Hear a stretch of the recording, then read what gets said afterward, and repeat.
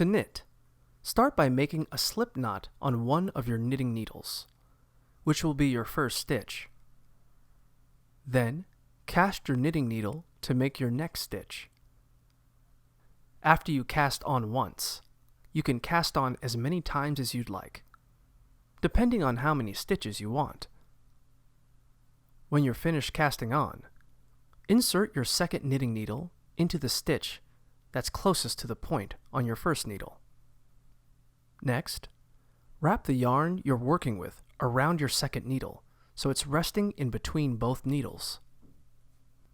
From there, poke the second needle through the loop around the first needle. Now, pull the stitch off the first needle and onto the second needle. Repeat the process for all of the stitches you made on the first needle until they're all on the second needle. Keep transferring the stitches back and forth between the needles until you're satisfied with your piece.